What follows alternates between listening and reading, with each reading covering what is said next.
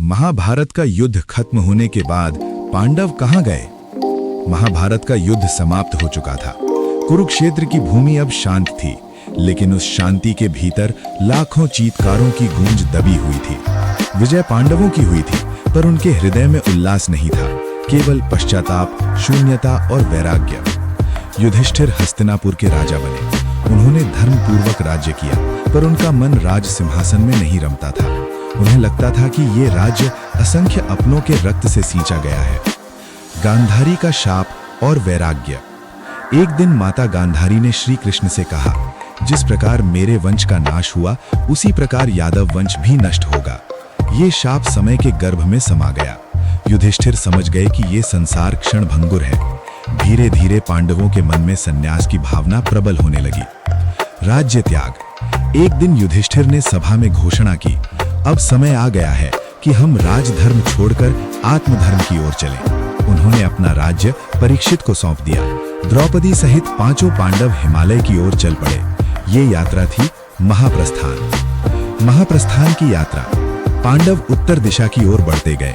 उनके साथ कोई रथ नहीं, कोई सेना नहीं, केवल नंगे पांव, तपस्वियों की भांति। सबसे आगे युधिष्ठिर थे, उनके पीछे भीम, अर्जुन, नकुल, सहदेव और अंत में द्रौपदी। एक कुत्ता भी उनके साथ चलने लगा। द्रौपदी का पतन। कुछ दूर चलने के बाद द्रौपदी भूमि पर गिर पड़ी। भीम ने पूछा, भैया माता क्यों गिर गईं? युधिष्ठिर ने उत्तर दिया, उनके हृदय में अर्जुन के प्रति विशेष आसक्ति थी। पांडव आगे बढ़ गए। सहदेव और नकुल। कुछ आगे चलकर सहदेव गिरे। उन्हें अपने ज्ञान पर अहंकार था। फिर नकुल गिरे। उन्हें अपने रूप पर गर्व था। अर्जुन और भीम। अर्जुन गिरे। उन्हें अपने धनुष और वीरता पर अभिमान था। अंत में भीम गिरे।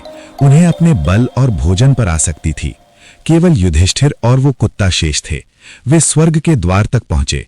वहां देवताओं ने कहा, युधिष्ठिर आप स्वर्ग आ सकते हैं, पर यह कुत्ता नहीं। युधिष्ठिर बोले, जो मेरे साथ जीवन भर चला, उसे छोड़कर मैं स्वर्ग नहीं जाऊंगा। तभी वो कुत्ता धर्मराज के रूप में प्रकट हुआ। ये युधिष्ठिर की अंतिम परीक्षा थी। स्वर्ग में पांडव। युधिष्ठिर स्वर्ग पहुंचे। वहां उन्होंने देखा दुर्योधन स्वर्ग में है और उनके भाई नरक में। वे विचलित हो गए। तब देवताओं ने बताया, ये केवल माया है, सभी अपने कर्मों के अनुसार स्थान पाते हैं। अंततः पांडवों और द्रौपदी को स्वर्ग प्राप्त हुआ।